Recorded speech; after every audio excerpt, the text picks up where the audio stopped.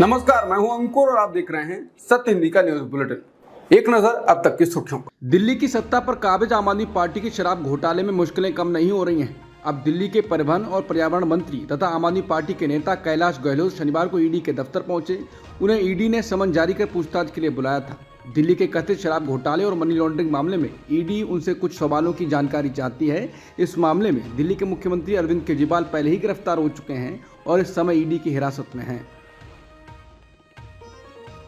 उपराष्ट्रपति जगदीप धनखड़ ने दिल्ली के मुख्यमंत्री अरविंद केजरीवाल की गिरफ्तारी पर जर्मनी, अमेरिका और संयुक्त राष्ट्र की टिप्पणी का जवाब दिया है। उपराष्ट्रपति ने कहा है कि भारत को कानून के राज पर किसी से सीख लेने की जरूरत नहीं है। भारत एक अद्वितीय लोकतंत्र है।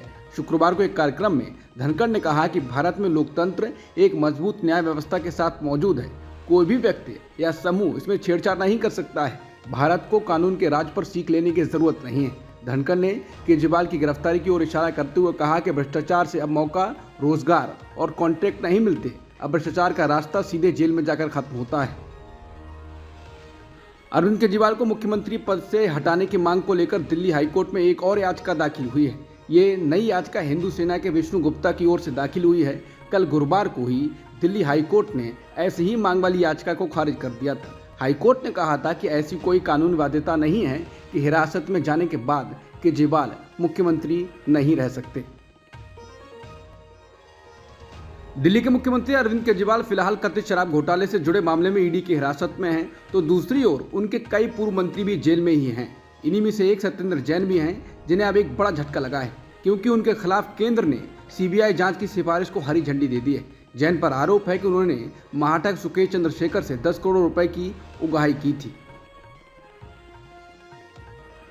कांग्रेस पर आयकर विभाग की कार्रवाई के बाद अब भारतीय कम्युनिस्ट पार्टी यानी सीपीआई को आयकर विभाग ने नोटिस भेजा है। हालांकि अभी किसी तरह के जुर्माने की खबर नहीं है।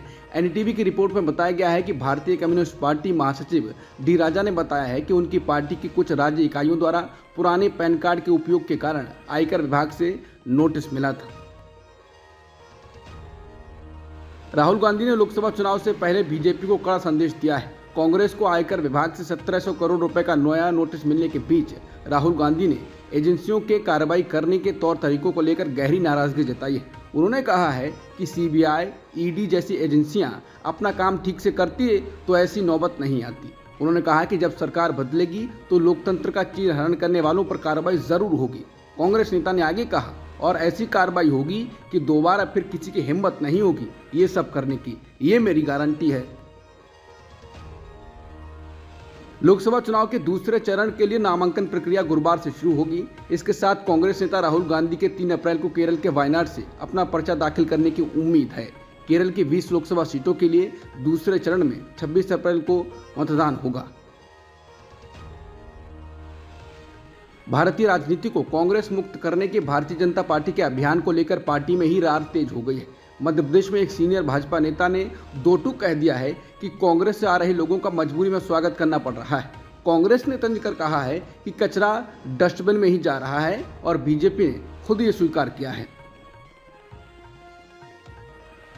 तमिलनाडु के मुख्यमंत्री एम.के. स्टालिन ने लोगों से आह्वान किया है कि अगर वो देश में लोकतंत्र और सामाजिक न्याय चाहते हैं तो वे इंडिया ब्लॉक के लिए वोट करें। इसके साथ ही उन्होंने वित्त मंत्री निर्मला सीतारमण के उस बयान पर भी निशाना साधा जिसमें उन्होंने कहा था कि उनके पास चुनाव लड़ने के लिए पर्याप्त धन नहीं है।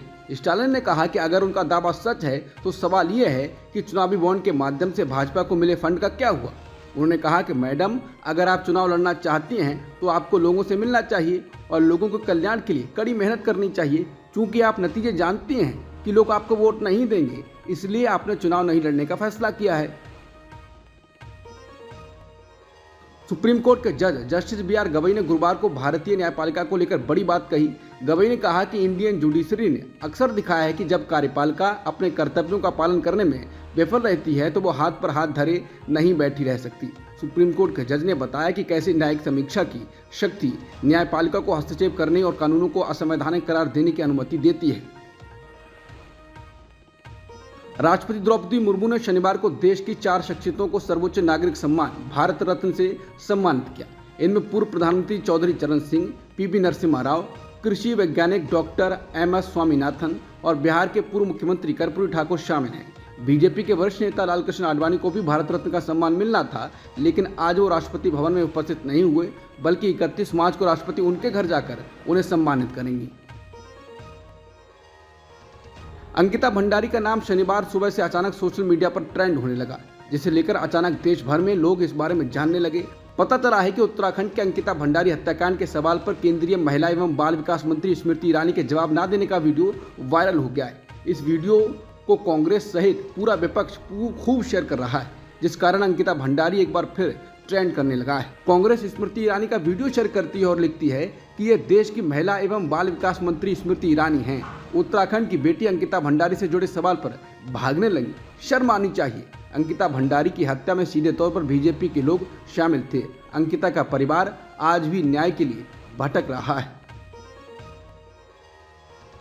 चुनाव आयोग ने भारत के पूर्व क्रिकेटर और आगामी लोकसभा चुनाव के लिए मुर्शिदाबाद जिले के बहरामपुर से तृणमूल कांग्रेस के उम्मीदवार यूसुफ पठान को अपने चुनाव अभियान के दौरान 2011 वनडे विश्व कप में भारत के विजयी अभियान की तस्वीरों का उपयोग करने से रोक दिया है। 26 मार्च को कांग्रेस ने पश्चिम बंगाल के मुख्य निर्वाचन अधिकारी के कार्यालय से संपर्क किया था और पठान पर लोकसभा चुनाव के लिए प्रचार के दौरान सचिन तेंदुलकर की तस्वीरों का उपयोग करके आदर्श आचार संहिता का उल्लंघन करने का आरोप लगाया था। गैंगस्टर से नेता बने मुख्तार अंसारी को गाजीपुर के कालीबाग कब्रिस्तान में दफना दिया गया।